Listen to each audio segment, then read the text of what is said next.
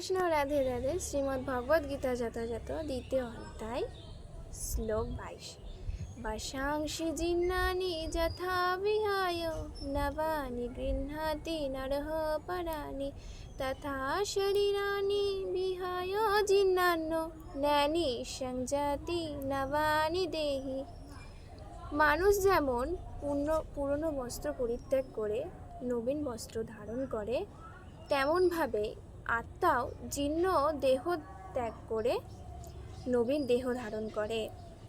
পরমাণু সদৃশ আত্মার দেহান্তরিত হওয়ার ঘটনা সর্বজনগ্রাহ্য।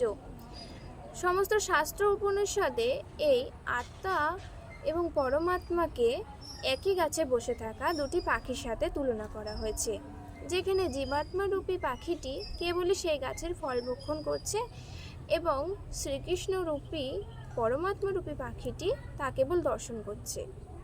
যদিও একই গাছে দুটি পাখি বসে আছে, কিন্তু ফল ভক্ষণে রত পাখিটি সর্বদা ভয় এবং শোকের দ্বারা উদ্বিগ্ন হয়ে পড়েছে। কিন্তু সে যদি একবার পরমেশ্বর ভগবানের দিকে তাকায় এবং তার শরণাগত হয়, তার ফলে সে সমস্ত শোক থেকে মুক্ত হবে এবং ভগবানের সম্বন্ধে উপলব্ধি করতে পারবে।